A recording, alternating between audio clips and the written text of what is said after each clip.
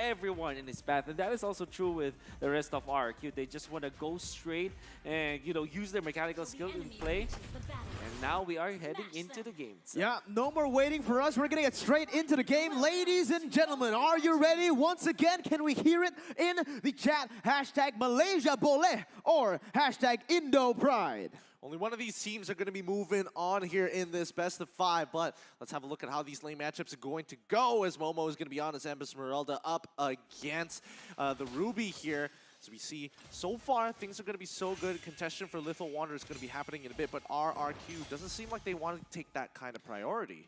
RRQ can stay passively in this whole game. In the early stages, yeah, surely they can be aggressive, but at the same time, they're going to be happy with just taking their own side of the jungle. But instead, they actually already stole one green buff. Yeah, that's the thing with Finn playing that Angela. You can hear the screams already in the crowd. There is the first blood by Razor, by TODAK, already striking it here in the first minute. A good Abyssal Arrow coming in from Moon here as the engagement from Chiku continues against Sin. He's losing this matchup here. He's going to take one more shot and forced to recall as they continue to take that control. I thought the vertical jungling situation was going to happen here, Wolf. They didn't push through. I guess that they are so concerned that there could be cross-invade coming out from TODAK. They saw that the focus from TODAK was in the mid lane anyway, so that kind of give a little bit of information for RRQ HOSHI to get back into that orange buff. However, already mid lane. Yeah, you can see Albert actually going very aggressive onto Moon, but unfortunately is unable to get anything done right there. Again, this is why Ling needs to be really, really careful in the early stages. Sure, he is an assassin. He wants to get those kills early on, but against the Selena, against the Matilda, what are you supposed to do here? Well, I mean, you just give up that pressure. There's nothing you can really do about it until you hit level 4. That's the most important part. Once you hit level 4, you have that get out of jail card free. Yeah, you can see that RRQ HOSHI already taking, TODAK taking advantage of the bottom lane, where Chico guys is really bullying Sin out of this. But Sin actually able to just get all of the special siege minions out there. He's same the level with Chico guys, so even when he's bullied out of lane, he's not missing out on farm anyway.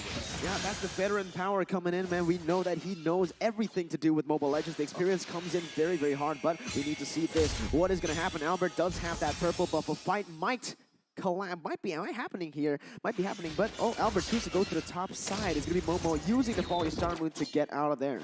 Yeah, but doesn't seem to want to take any more damage here. Again, Little Wanderer is going to be taken away by TODAK's side. They're playing, north to south here. This Riverside so very dangerous, leaving Chiku and Sin on an island down on bot side. Yeah, let's see this. Arch time goes to Diamond Friend. It's going to be an all-out collapse onto Moon as Albert keeps on going in. Finn picks up a kill in this fight. Circling Eagle onto Albert. No follow-up just yet. It is going to be the Tempest of Play, where the Turtle will be taken away by 4Maze. Albert, though, he wants to keep on going. He's going to pick up the Blaze, but in the end, it's a 1-for-1. One kill for RRQ, one turtle for TODAK. 100% great for TODAK. I mean, they lost one of their members, but they secured the turtle anyway, so that's a lot of gold that's going to be given to them. Of course, you help all the players in your team with that turtle buff, and you take it away from Albert, which is perfect because now Albert cannot be aggressive in the next 2 minutes. Yeah, I mean, this is a really good call because they knew for a fact that Albert did not have his retribution, allowing 4Maze the extra bit of time to get in and out of that fight. More importantly, we have to understand that now you can kind of people can kind of understand Esmeralda can absorb so much of that heart guard so quickly and become that much more tankier, even though it's so early on into the game. Absolutely, and you can see already TODAK trying to catch Albert in the rotations. Look at that, they're playing for the bushes here, Wolf. Yeah, they have to be really aggressive for TODAK, at least for RRQ HOSHI, they need to kind of usher Albert as of now. It will not be as as efficient for RRQ HOSHI to put like 3 heroes or maybe 2 heroes just to help Albert, but it is needed absolutely this time. Yeah, but look at that. Moon overextends a little bit, and that's going to be the Tempest place to finish it off. You can see the style coming in from Albert as he picks up the kill. That is going to be the first kill of the game for Albert, but it's going to be 4Maze actually jumping into 1v3 right now with Diamond Finna connecting. 4Maze, he's going to be able to get away, but Albert follows him through. Circle Eagle to the backside. Ludos picks up the kill and jumps in the midst of it all. He's going to get taken down, and you can hear the calls, you can hear the screams, the yells from the players as Zin is a 1v1. Tinko gets a solo kill. Ooh, he gets the 1v1, but here comes Vin. Yeah, Vin actually rotates here with the help of Albert. He does have the Tempest of Blades. He's not actually going to get it. It's going to be Vin picking it up. Defiant Sword unable to catch him. I'm pretty sure that TODAK really wants to get that kill to Albert. I mean, RRQ HOSHI wants to get the kill on the Albert, but Chico, guys, with that solo kill, that's very important in his laning stage here. I mean, he died eventually, but the tempo that they want to play is really backing on the fact that they need early plays. Yeah, but one thing I do want to talk about is Moon, man. You said it yourself. He hasn't had the best performance here at M3, but so far he's been doing great. He's been doing really good. It's a good change of pace here, but now it's going to be whether or not he can steal this objective. Albert coming in. Oh my god, Forme is just so on point, but it's going to be the Tempest of Gaze once again, as that is going to be the Eye of Fennec connecting on to Moon. Still able to run away for now. Forme just does so much! Look at that! Forme! Showing what he's got in the M3 stage. R7 has nowhere to go, and Chiku, guys, picks up the kill. That was such a good fight, and this is going to open up the map for Momo to actually take the top tier 1 in the process. I thought Moon for sure was going to go down, but Yoops saves his life, allowing 4Mace to jump into the backline with no ultimates to really worry about. 5 minutes, a big power spike for TODAK. Definitely get the first set of items, first full item for Chico, guys, as well as for 4Mace. And it's also coincidence with the fact that they get level 4 on their roam. And now they fought against RRQ HOSHI. The mistake that RRQ HOSHI did is that they obliged in the fight. We know for sure that they're not as strong as they are in the late game. Here in the first 6 minutes of the game, that's why TODAK was able to capitalize. Yeah. Take a look at this replay right here. What happened, man? They gave Forme so much room to play. Yeah, I mean, as of right now, we have to remember that Clay is not exactly in position to do anything about this situation. He doesn't have the Chaos Assault, nor does he have the Brilliance. He already used the Brilliance much early on into the fight, so he's forced to walk away. And if he wants to get back into range, that's going to cost him his life. So he made the smarter decision to just back off. 2 turrets taken by TODAK. This is a step in the right direction. We want them to, at least the Malaysian fans, right? They want to go aggressive, but they look at this. Chico, guys, already with the win of nature. And the Rose Gold. And the Rose Gold beach are tough. Defensive items. Defensive/offensive items, right? Last M2, we saw Broly who prioritized the defensive items, right? But this time, it's kind of in the middle. Rose Gold meter gives you a little bit of shielding.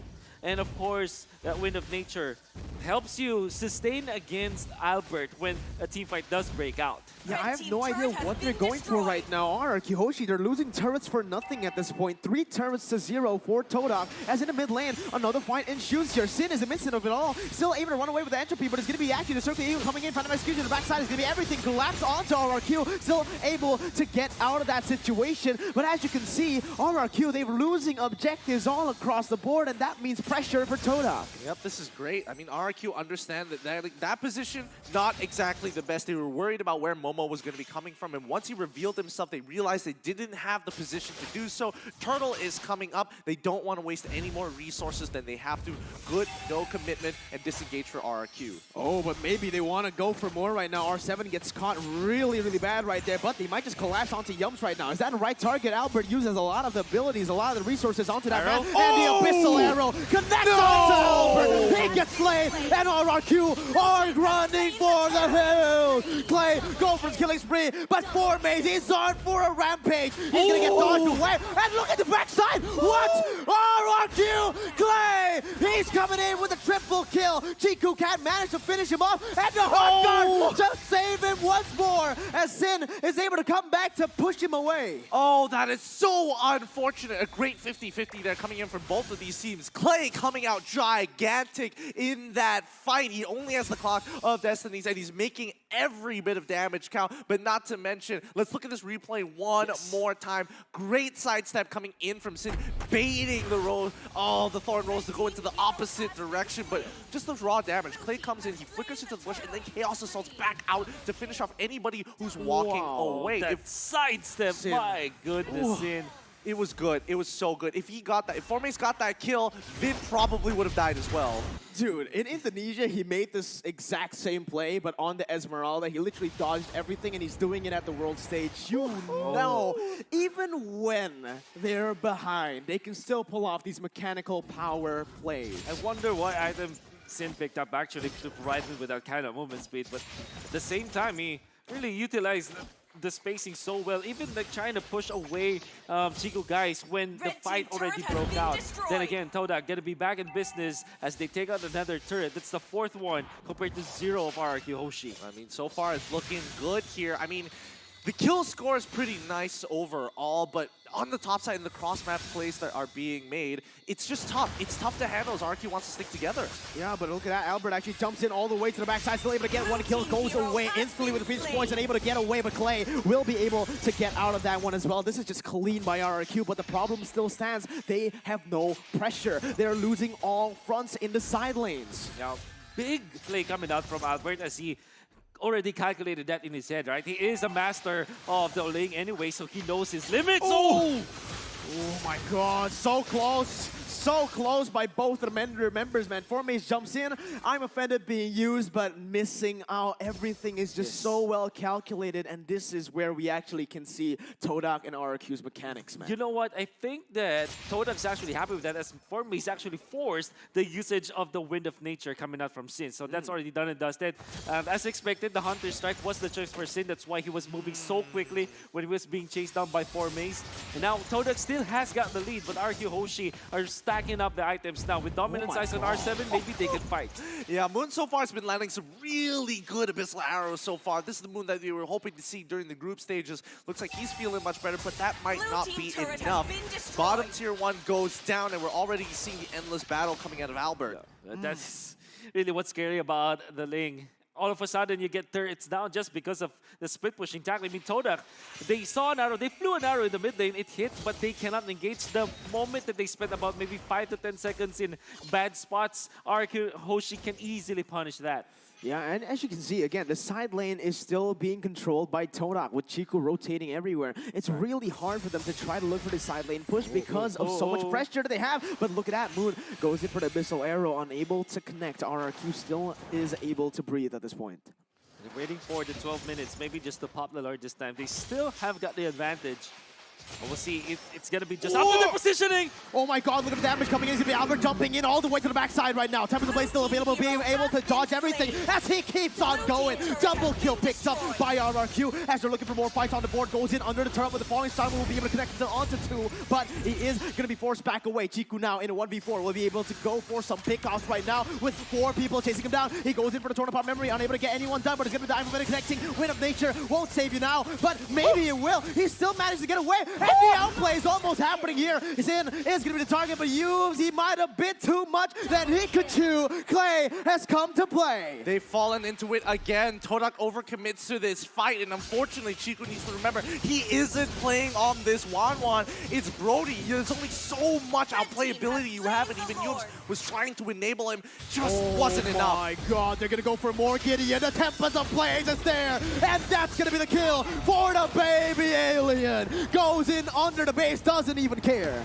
Oh, baby alien, this is a masterclass once again coming out from Albert. We already saw the Pakilo, now we're seeing the Lig. This is well done coming out from Albert. He knows exactly his limits. He can dive, and we can see his in-out tactics coming out from RRQ HOSHI, just really not helping TODAK to their case. TODAK is very all in, and once RRQ HOSHI finds an opening, they strike. And you can really hear RRQ HOSHI now. If you're here in Suntec, my God, their screams can be heard even from a distance. It's a shaky start for RRQ. We gotta talk about that, man. It looked like they were all over the place, but what happened instantly after one team fight? Yeah. That's the Indonesian RRQ. That's the MDL ID special right there. One team fight is all it takes to turn it all around. And look at it. In the 1v1, Walbert, what was that? He goes in and 1v1s Formace out of nowhere. And the Lord will be taken down in the mid lane. Oh my god, that's just beautiful. It really was. He manages to take out Formace of all people, and now the backline is not going to get pressured like you would expect it to be. Oh, here we go, the play! Oh my god, R7 goes in for the I'm offended. Look at Clay! Clay! He keeps on going in, and just like that, in 14 minutes, they're going to look for the end. Momo has nowhere to go. He's forced to go back under his base. The fountain is next, but look at Yubes. They're going to go killing sprees all across the board as the kills will not matter. The objectives have been taken by RRQ. Woo, what a hot hot game. The best performance we've seen so far against RRQ, but Calais, have people been doubting this kid? No, he's absolutely nuts on these mages. Almost everybody stepped up from RRQ, but we cannot deny the fact that TODAK really bled them. You can see that the lead was